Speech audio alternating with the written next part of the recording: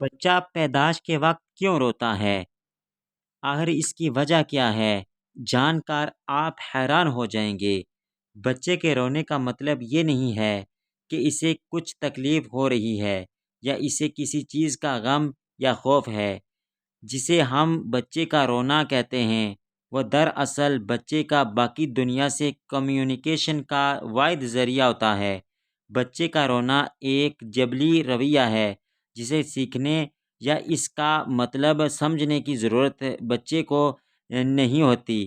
انسانی بچے کی فطرت ہے، جب انہیں کسی چیز کی ضرورت ہوتی ہے تو روتے ہیں، کیونکہ اس کے علاوہ وہ کچھ نہیں کہہ سکتے۔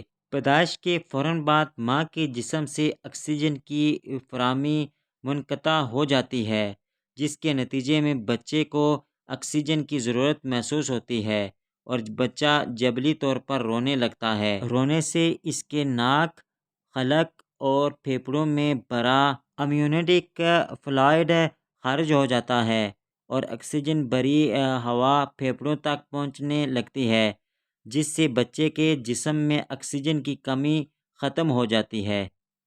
آئی ہوپ یہ ویڈیو آپ کو پسند آئی ہوگی۔ نیکسٹ ویڈیو کے لیے ہمارا چینل سبسکرائب کریں۔ اللہ حافظ۔